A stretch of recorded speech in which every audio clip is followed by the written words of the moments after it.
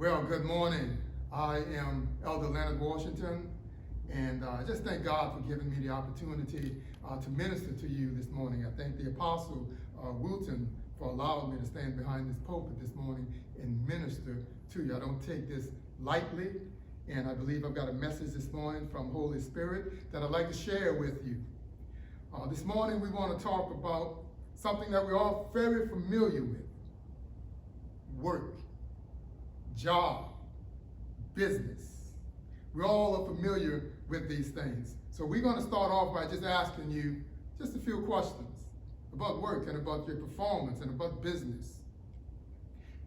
And you don't have to raise your hand, you don't have to yell out, you can be quiet, but answer them.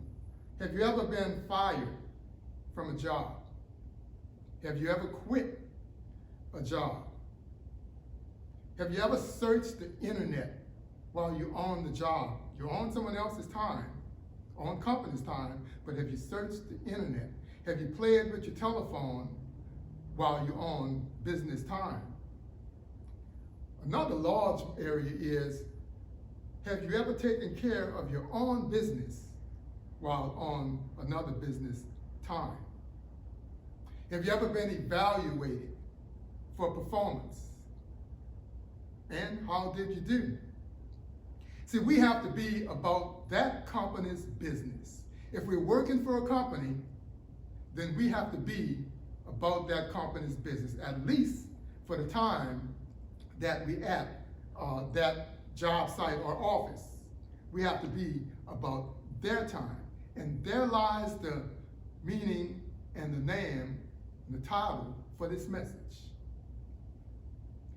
The message is entitled, Are We About the Father's Business? We understand what it's to be about man's business. We do well on some jobs and sometimes we don't. We fluff off on some jobs and sometimes we do more than that's required. But what about the business of God, the Father's business? You know, Jesus said that he must be about the Father's business and not his own. We're not working at someone's business doing our own work. And when we're working for the Father, we're supposed to be about his business. Are you about the Father's business? Now I'm going to give us some ways of examining that. I'm going to talk about maybe 4 areas that we can look at to examine whether we're really about the Father's business. So in order to examine that, in order to evaluate it, there's some things that we have to understand. And at first, to assure that we're doing the Father's business, we have to first, in everything we do, everything we hear, everything we repeat, everything we believe, everything we agree on, and everything we support, we are supposed to filter that through the Word of God. That way we will determine whether we are doing the Father's work. In other words, we are to filter it through the company's or business manual. So let's look at some areas. And you can evaluate yourself even as we go on these areas. We're going to look at 4 areas, how we are handling God's business in these areas. First example, in what we hear and what we repeat. I'm going to give you a quote that we hear many politicians quote, many activists, and actually many Christians quote this. And many Christians repeat it actually after they've heard it. The quote is, it takes a village to raise a child. Well, I heard someone say, well, yeah, that may be. He said, but it also takes a village idiot to believe that. And I'm inclined to believe this person also. Proverbs 14:15 says, the simple believes anything, but the prudent gives thought to their steps. Well, we're going to filter this quote through the Word of God. We're going to filter it. We're going to give prudence to it. We're going to give some thought to it. We're going to see how this lines up with the Word of God. Let's look at a few areas. If the village raise your child? Is the village on the same page that you're on? Well, I'm going to first tell you before we even start this that a Christian should raise their own child. So let's go. You teach your child that he was created by God. The village says he was created or came forth through monkeys or a big bang. Is that what you want the village to teach your child? You teach your child that wine is a marker. This is Proverbs 20, verse 1. That wine is a marker and strong drink is raging. And whosoever is deceived by it is not wise. You're telling your children not to drink. But what is the village saying to your child? It's Miller time. This bud's for you. If you've got the time, we've got the beer. The village says that you have to be able to hold your liquor. It says you have to drink responsibly. Well, think about it. The thing that you're drinking is the thing that makes you irresponsible. An oxymoron. But that's village kind of teaching. So where are you with this? Are you allowing the village to teach your children? You teach your children to eat correctly. The village says, you deserve a break today. Have it your way. Eat anything you want. You want the child to be healthy. What is the village saying about that? You teach your children about what the Bible says in John 14:6. Jesus said, I am the way, the truth, and the light. No one comes to the Father except through me. And what does the village teach? The village says that you are your own truth. How could you be your own truth? You're judging yourself by yourself. The village says that there are many ways to get to heaven. You teach your children that life starts from conception and there is a baby in the womb. The village says that it's a blob of tissue. Is that what you want your children to be taught? You teach your children that God hates the shedding of innocent blood. The village says that a woman has the right to choose, the right to murder the child.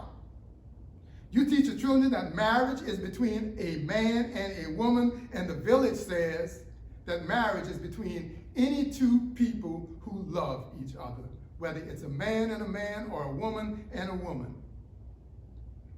You teach your child that there is only one true God and to worship him only. The village says that there are many gods and they worship many gods.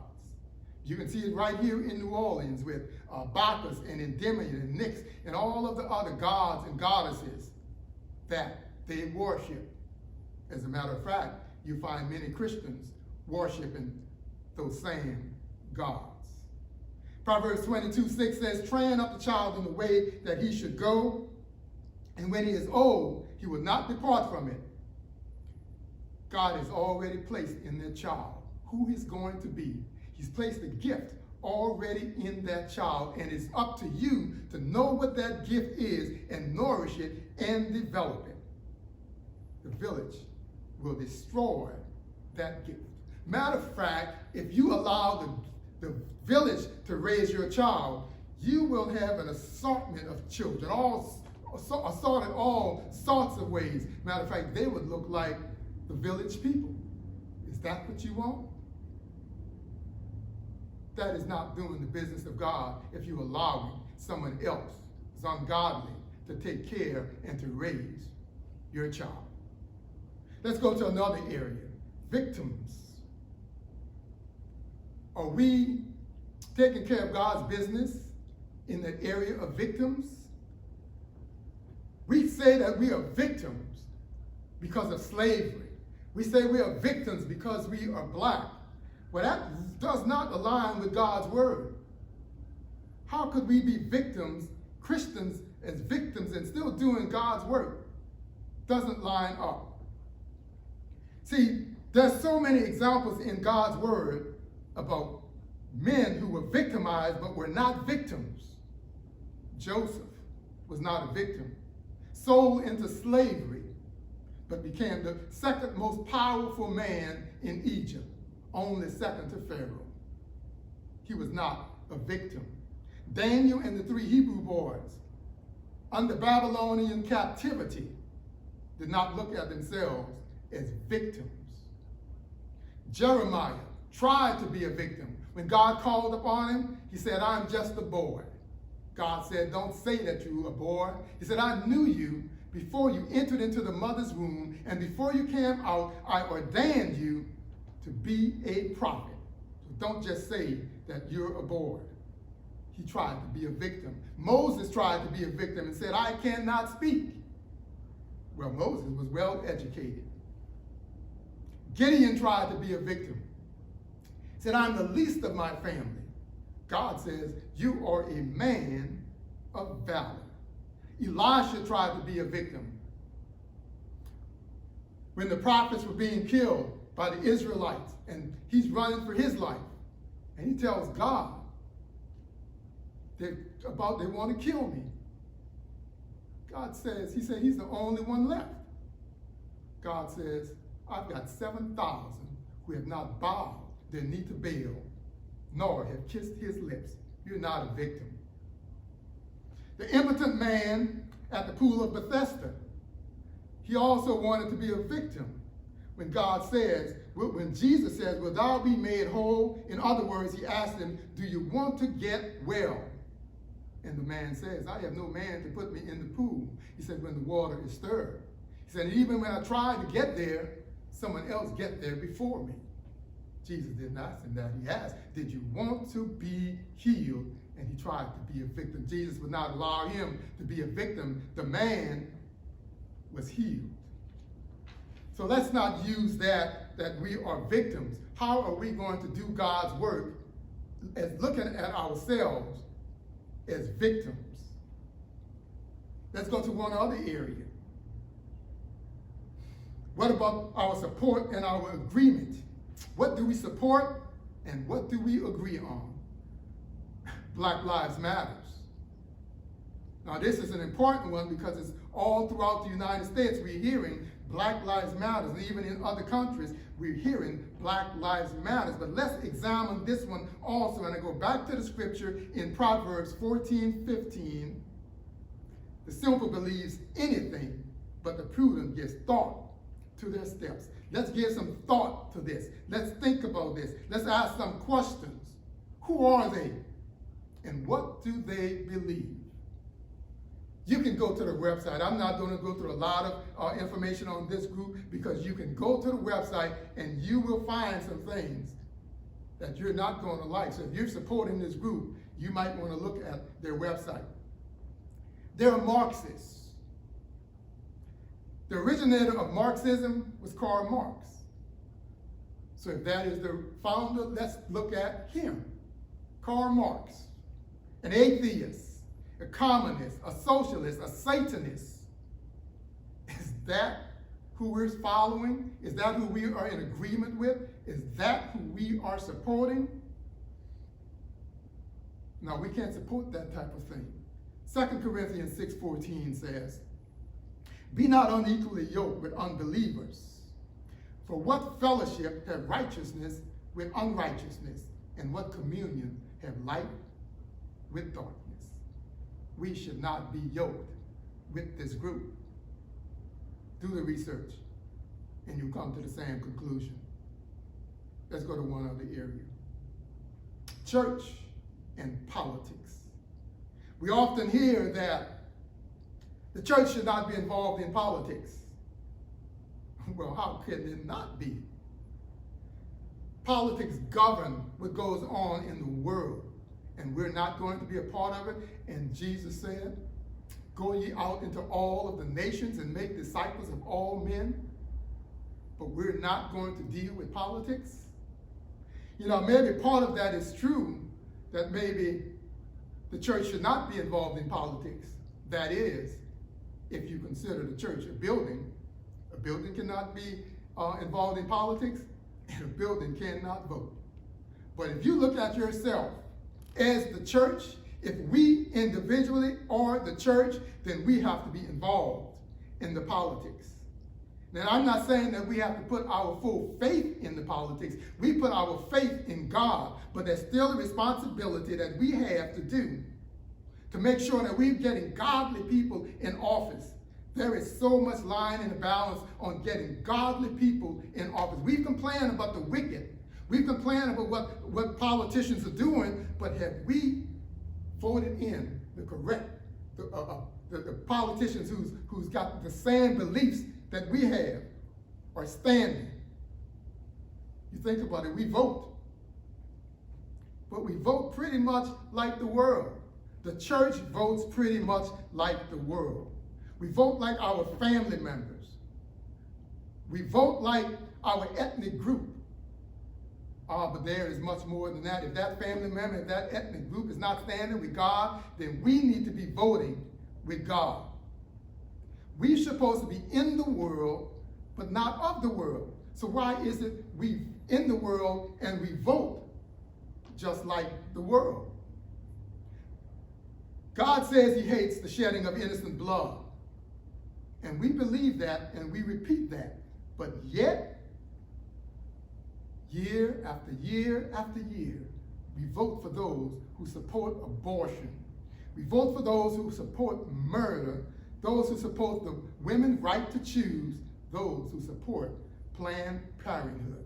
I was speaking with an elderly lady one day, Christian lady, and she bragged about how great this politician was and how well her pastor thought of him and always talking about him. But I knew the background of this man. And I'm asking Holy Spirit, show me how to expose this to this woman with respect for her. And I asked the question.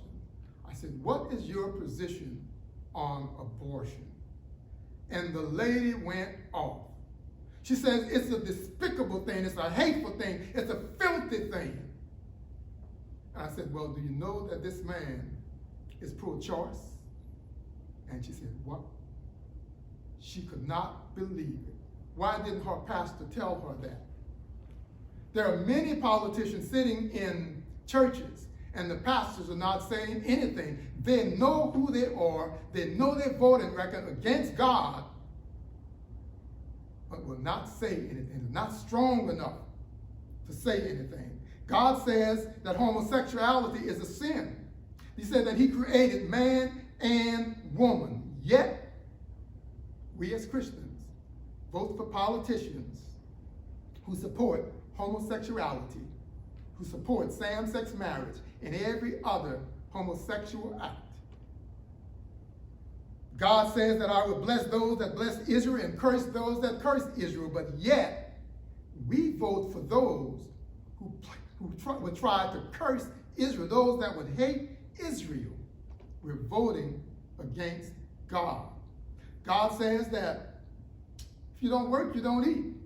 God says that he's the authority over men, but yet we vote for those who are socialists and Marxists. In other words, they're saying that no, God is not the authority, government is the authority. We're voting against God. And actually also, we're voting against our pastors. There's a saying that you're all familiar with. It says, you make your bed hard and you have to lay in it. Well, think about that. The pastor says, I'm not going to officiate a same-sex marriage. And if government has its way, that pastor would be placed in jail. We've not gotten there yet, but we're getting there. So if that happens, the church complains. The church got signs out, free pastor. But we made the bed hard, and the pastor has to lie. We have not done what we're supposed to do, but we're bragging about how brave our pastor is. Well, the pastor should be brave, but we should not be the ones who's setting him up. We should not be the one who's making his bed hard. Psalms 9:17 says, the wicked shall be turned into hell, and all nations that forget God. It is one thing for a single person to be wicked, to be sinful, but it's a whole different thing when the nation codifies that sin, when government codifies that sin, and now it's not just a sinful person, but the nation has become sinful. I was listening to a commercial just a day or so yesterday. It was regarding an attorney. And the man spoke accolades of this attorney. And then he made a statement. He said, and this attorney has even been to my church. And I'm thinking, the devil's been to the church. No, you need to be more than just being in the church. You need to be saved. So you really didn't tell me anything about the man because you said he was in your church. And that's where Christianity is. Anyone who walks into the church, we say they're okay. Politicians all throughout the United States, when it's time for election, they're coming into the church and they stand behind the pulpit and they lie. And their record precedes them, and we won't say anything about it. Their record on abortion precedes them. Their record on homosexuality and gay marriage. Their record on wickedness follows them. There are times when politicians have to vote on a situation where a child escapes the abortion. And the bill would say, if that child escapes this abortion, if that child comes out alive, to give him medical care. And the same politicians who come to your church, the same ones who stand in front of your pulpit and say, vote for me, they didn't have the heart to vote for the little child.